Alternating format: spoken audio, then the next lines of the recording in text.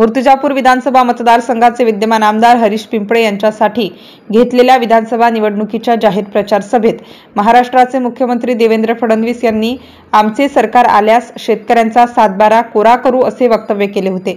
आता राज्यात देवेंद्र फडणवीस यांच्या नेतृत्वात महायुतीचे सरकार स्थापन झाले आहे। सरकार स्थापन होऊन बराच कालावधी उलटला तरीही मूर्तिजापूर येथील जाहीर सभेत शेतकऱ्यांना दिलेल्या आश्वासनांची पूर्तता देवेंद्र फडणवीस सरकारने केलेली नाही।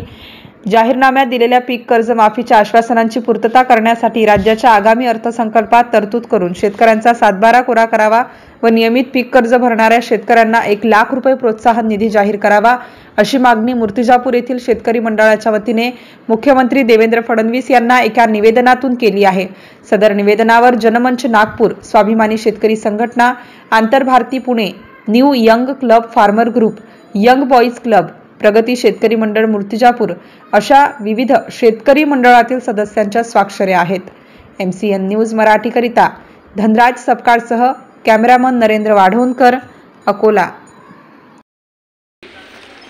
माननीय मुख्यमंत्री साहेब यांनी दिलेल्या आश्वासनानुसार किंवा आम्ही महाराष्ट्रातील सर्व शेतकऱ्यांना कर्जमुक्त करणार आहोत, त्याचा सातबारा कोरा करणार आहोत म्हणून त्याचा आठवणीसाठी आम्ही स्मरणपत्र क्रमांक 2 म्हणून आज माननीय PDO साहेबांना आम्ही आज निवेदन मुख्यमंत्री साहेबांना पाठवलं यांच्यामार्फत। व आमचा सगळ्यात महत्त्वाचा मुद्दा आहे की या देशात हमीभावाचा कायदा पास झाला पाहिजे म्हणून आम्ही आता जर या 15 दिवसात अधिवेशनाच्या अगोदर जर शासनाने या गोष्टी दखल घेतली नाही तर आम्ही येणाऱ्या 20 तारखेनंतर मूर्तिजापूरच्या तहसील कार्यालयावर एक भव्य दिव्य असं मागच्यासारखं आंदोलन चालू करणार आहोत की ज्यामध्ये शेतकऱ्यांना हमीभावाचा कायदा पारित झाला पाहिजे, या सर्व शेतकऱ्यांची सातबारा कोरा होऊन कर्जमाफी झाली पाहिजे, तसेच या वृद्ध शेतकऱ्यांना 60 वर्षावरील शेतकऱ्यांना 10,000 रुपये पेन्शन चालू झाली पाहिजे, त्यानंतर वन्य प्राण्यांच्या बंदोबस्तासाठी कुंपणाची योजना या शासनाने राबवावी, तसेच GST मुक्त शेतकरी निविष्ठा करण्यात यावी। व सगळ्यात महत्त्वाचा प्रश्न आमचा आहे की बाबा PM-CM मध्ये या आमच्या शेतकऱ्याच्या आईला वगळण्यात येऊन राहिला आहे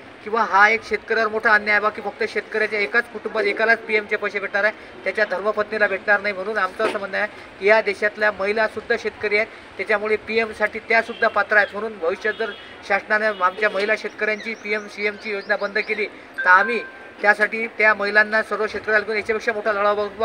8वं वेतन आयोग लागत असताना, आमदार खासदारांना पेन्शन देत असताना त्यांच्या महिलाचा त्याच्या कुटुंबाचा सगळ्याला पेन्शन देते, मग आमच्या शेतकरी कुटुंबात सगळ्यांना PM-CM का नाही बा?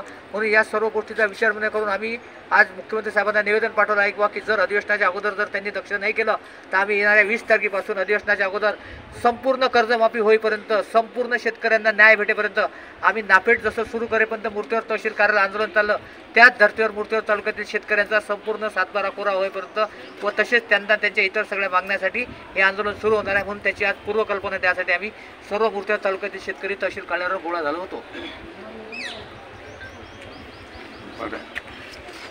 बढ़िया है।